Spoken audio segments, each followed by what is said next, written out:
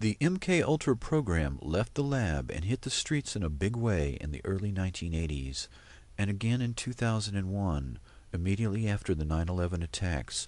Many more people were added to the target list, which now numbers in the thousands. The target is faced with a full coverage system that was developed by the Defense Advanced Research Projects Administration. The ability to follow the target individual and monitor them everywhere they go using their cell phone, car-based tracking systems, or in some cases implants such as the Vera chip, or by other means. The use of different groups to follow and harass targets numbers in the hundreds of thousands of people. The different groups who do the active physical organized group stalking are generally cause-oriented groups. For instance, anti-abortion groups are motivated, lied to, by telling them that the target is an abortion rights activist or proponent. Local community crime watch organizations are told that the target is a known criminal. Ethnic organizations are told that the target is a committed racist. Neo-Nazi groups are told that the targeted individual is a race traitor. In short, many different groups are used. Some who are diametrically opposed to each other are brought into the program. The intelligence community has brought together many unlikely bedfellows into an umbrella program that can reach into any community in America for the purpose of active harassment. The idea that the government can infiltrate neo-Nazi as well as anti-abortion groups may seem fantastic, but a careful reading of the history of neo-Nazi groups will reveal that most of the leaders were either government agents from the beginning of their careers or were later recruited by paying them after years of lackluster interest from the general public. These groups are approached by men who claim to be police officials or men claiming to have heroic pasts in the intelligence community, but actually these men are men the group has little or no real knowledge about.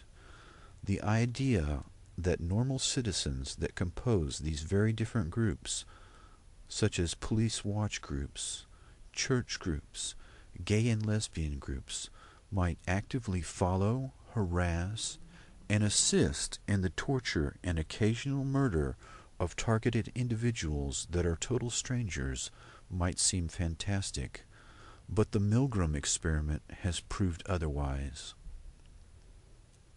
Briefly, Dr. Stanley Milgram set up an experiment where the target was an actor and the test subject was the torturer.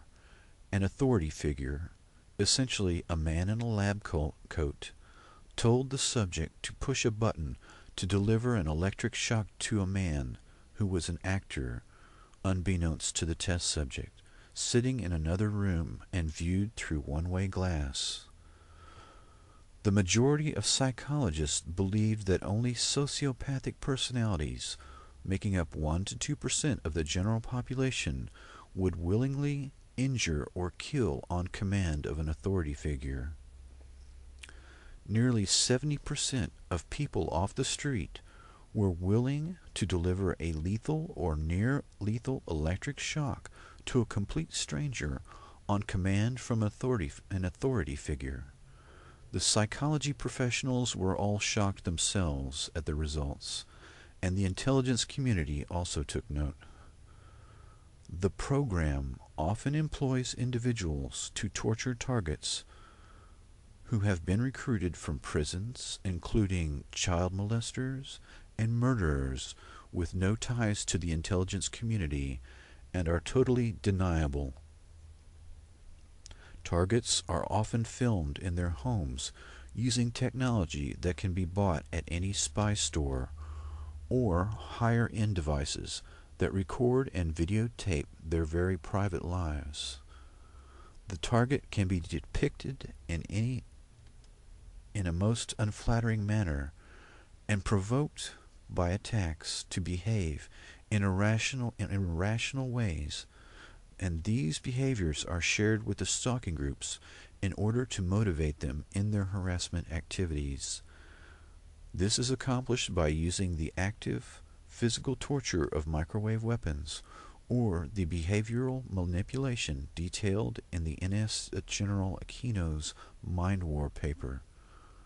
The stalking groups themselves are part of an experimental program to see how to motivate large groups of people to engage in antisocial behaviors that can be directed against targeted individuals.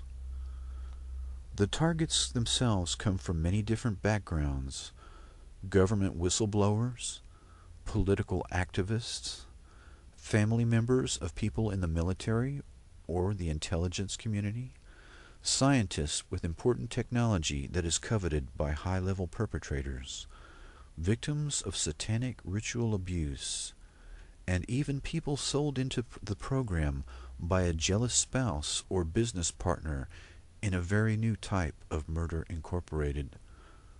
The typical target is tortured in their home and place of work, as well as harassed in public. They have their homes entered and their personal possessions vandalized. Their mail is stolen. In short, a type of torture chamber that is outside the lab and in the community, practiced in a manner that after decades has reached an art form that is totally deniable, but neutralizes all the target's efforts to fight back or get help. The morbidity or death of targets is fairly low. Only 1 to 2% a year of these thousands of targeted people die. Most of these deaths are suicides. The triad of active gang stalking, physical torture with microwave weapons, and emotional and behavioral manipulation make the lives of targeted individuals a fate worse than death. It is a testament to the strength of the human spirit that any of these people survive more than a few months. Most have been targets for years. Their ages and backgrounds are varied, but all have endured the unimaginable. The multiple purposes this experiment embodies points towards a terrible future for the collective humanity that can only be described as controlled and hellish.